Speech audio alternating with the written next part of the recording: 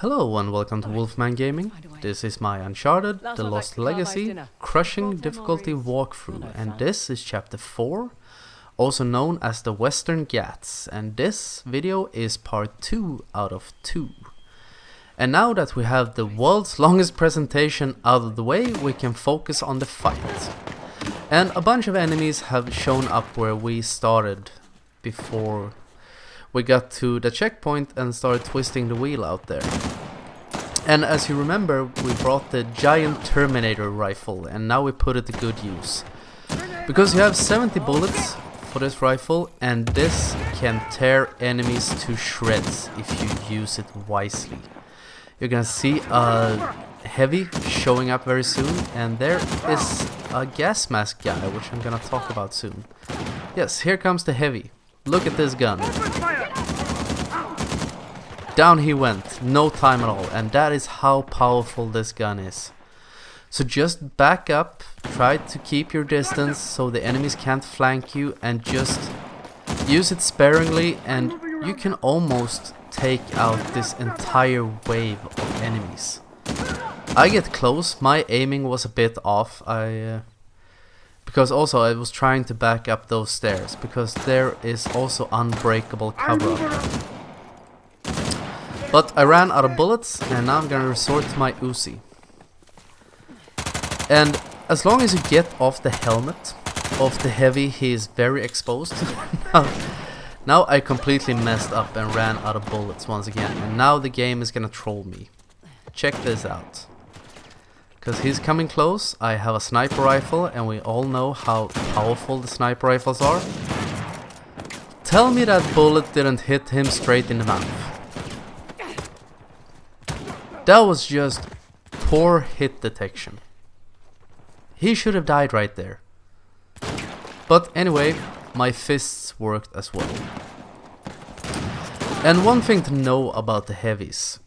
You cannot kill them with your fists as long as they have their helmets on.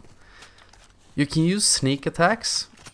You can pull them off ledges, and also if you manage to sneak up behind one of them, you will go into a quick time event where you have to mash the triangle button and pull off their helmet, and then you can stealth kill them. But you cannot just beat them to death as long as they have their helmets on. But those gas mask guys, you saw that guy running up towards me. I think they are only in 2 fights in this entire game. They're in this fight and they are in another fight towards the end of the game. I think it's in the second to last chapter. And they are very dangerous because they are grabbers. That is their prime function. That's their only reason to exist, to run up and grab you. And then they will hold you until enemies can shoot you, or they will kill you if you don't start struggling. I think you have to mash the triangle button to break free.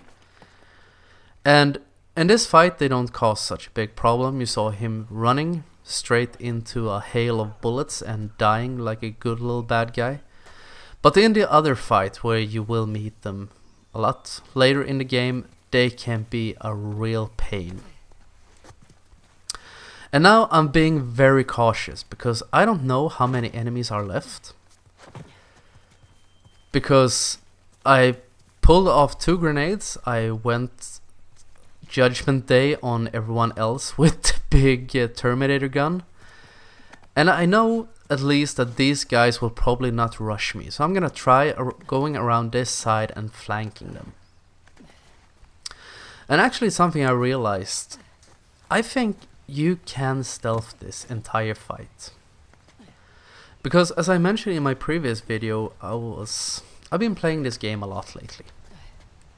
I was on what I thought to be my platinum run right now, or I am on it, but I realized that I tried to combine getting a trophy with some other trophies that you couldn't combine. And that is one of the dumbest trophies in the history of gaming, actually. Because there is a trophy in this game called Way of the Warrior. And when I read the description for unlocking the trophy, I thought it said that you couldn't kill any enemies using guns or grenades through from the very start of the game, the prologue, and you had to go all the way up to chapter 5. So you had to beat the prologue, chapter 1, 2, 3 and 4 without killing any enemies with a gun or a grenade. And I decided to combine this with my collectible run. But when you're going for the collectibles, you have to break some breakable walls with grenades or C4. And then I realized when I came to chapter 5 and the trophy Way of the Warrior didn't pop, the description said that you couldn't use guns or firearms at all. So if your finger slips, you're sitting playing, you're maybe not fully focused on the game, and you just happen to tap the R2 button, so you accidentally pull off a shot, that negates the trophy instantly. And if you're at the end of chapter 4 when that happens, wouldn't you be pissed? Also, a quick note here. Bring a gun with more bullets than the silenced pistol. Or bring the silenced pistol if you prefer that one. But bring a pistol with a normal pistol or something, so you have some more bullets. Because that is gonna serve you well in the next fight. And it's gonna help you to not use a tool that you get there. Sounds a bit cryptic, but I'm gonna explain it more when we get close. Also, pick up this China Lake. Why not? It's a great weapon. It can be even more useful in the next fight. But anyway, that is a stupid trophy. I hate when trophies are very punishing. And once again, through the magic of editing, we have moved straight across the map. Skipped out all the driving, because I took some detours and other stuff along the way. But that is something I really don't like. I'm not gonna rant on about it for too long. I have gone on a little bit too long about it already, but it's stupid, so I'm gonna have to replay the game once more to unlock it. And in here is a Desert Eagle. Do not pick up the Desert Eagle. I pick it up, which is a mistake on my behalf. And as I said, you should always pick up power weapons, but the reason you shouldn't pick it up right now is that you don't want to risk using up all the bullets in it in this next fight, because it's gonna make a section of a fight in the next chapter easier. So you can use it, but make sure you have the majority of the bullets left when you go into the next chapter. But I recommend you just skip it. Pick up one of the paras or something in the tower fight and bring that with you, so you don't risk using up all the Desert Eagle ammo here, because there is a big fight in the next chapter. I'm not gonna talk too much about it right now, but there is a big fight and a power weapon is a great saver in there, especially one specific instance of it. I use the Desert Eagle, so if you want to be able to copy my strategy as well as possible, don't bring it. And now I'm not gonna rant on about it anymore. But don't bring the Desert Eagle. Let it be until you're done. But this tower coming up, this temple. By the way, I don't know if I mentioned it in my previous video. Which order you take these towers in does not matter at all. You can take them in whichever order you choose. And something I also realized on this collectible run is that first tower I climbed up in and opened the doors, you don't have to do that actually. You can just, as soon as you get into chapter 4, you can just head straight towards the towers. That tower is mainly there to prolong the game a little bit, as a lot of things are. and also to give you a bearing of the place, and also map markers so you know where you're supposed to go. So if you have played through the game already, you know where the towers are. Just head straight to them, unless you enjoy the platforming of climbing up in that tower. And the reason I take the towers in the order that I do, you know, I started with the one in the bottom left corner and went counterclockwise. So bottom left corner, bottom right corner, and now this one up at the top, at the north end of the map. That is simply because that was the order I played through them on my first run of the game. And that happens straight by chance. I think it was just that the left one, or the one in the bottom left corner, was the closest to the tower. So take them in whichever order you want to. Whatever floats your boat, or whatever floats your goat, as me and my friends usually say. And also that fight that we went through in the first fight of this video was what I was gonna say. I don't know if I mentioned it. Maybe I did, maybe I didn't. Then I'll just repeat myself. I think you can sneak past it. I did that on my collectible run, but I did that on a lower difficulty, so maybe that's why I was able to sneak past it. But if someone has snuck past it on crushing, please let me know in the comments, and let me know if you thought it was worth it. Was it rewarding? Was it hard? Was RNG a big factor in it? Because it's always fun to get input on different strategies in the game. Because I have used the strategies I found, so to say, as fast as possible. The easiest strategies I could find without spending too much time on every fight. And also consistent strategies, or as consistent as possible. There is always an RNG factor in these games, because whenever you're not using stealth and set patrol patterns, there's always gonna be that random number generator. And sometimes it can be really trolly, and sometimes it works out great. It all depends on just luck. Sometimes the game decides to be kind to you, and sometimes, to a certain degree, you can control it at times. There is a fight in, I think it's in chapter 6, that I actually found a way to reset the AI.